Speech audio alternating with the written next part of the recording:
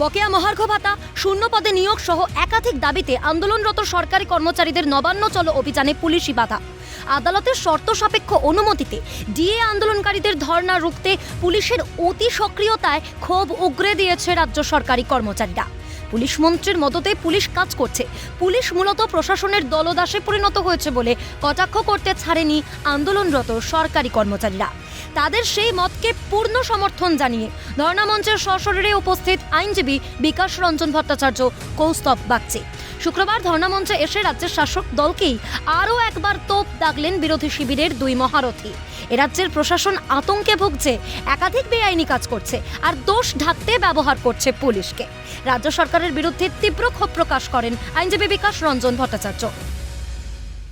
এরা নিজেরা আতঙ্কে ভুগছেন, কেন ওরা অন্যায় করছেন, অসাংবিধানিক কাজ করছেন, সেজন্য ভয় পাচ্ছেন। বেআইনি কাজ এবং তার পক্ষে পুলিশকে ব্যবহার করা হয়, সেজন্য এটা হয়েছে। তা নাহলে পুলিশের কোনো অধিকার নেই শান্তিপূর্ণ অবস্থানে কোনো রকম বাধা দেওয়ার। গতকাল রাত থেকে পুলিশের যে অতি সক্রিয়তা চোখে পড়ছে তার 1% পুলিশ রাজ্যের অরাজকতা রুখতে দেখালে বাংলায় বারবার শান্তি বিঘ্নিত হতো না। পুলিশ আদালতের রায় মানতে বাধ্য।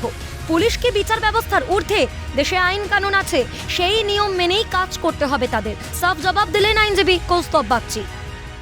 হাইকোর্ট একটা অর্ডার দিয়েছে, সেটাকে গ্রস ভায়োলেট করার কালকে পুলিশের যে আমরা ন্যাক্কারজনক ঘটনা দেখলাম, সেগুলো যদি রাজ্যের আইন শৃঙ্খলা পরিস্থিতি কন্ট্রোল করার ক্ষেত্রে 1%ও দেখাতো, রাজ্যে এভাবে আইন শৃঙ্খলার অবনতি হতো না। কোর্টের উপরে নাকি সরকার?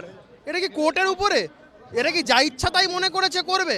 দেশে আইন কানুনগুলো তো কোনো বস্তু আছে। একের পর এক, অর্থাৎ বিকাশ রঞ্জন ভট্টাচার্য তিনি এসছেন, এই মুহূর্তে কৌস্তব বাগচি তিনি এসছেন, তারা প্রত্যেকেই কিন্তু বলছেন যে হাইকোর্টের আইনকে যেভাবে অবমাননা করেছে পুলিশের পক্ষ থেকে তা কোনোভাবেই উচিত হয়নি। অপূর্ব দেবনাথের সঙ্গে রাজা সাহা, ক্যালকাটা নিউজ, হাওড়া।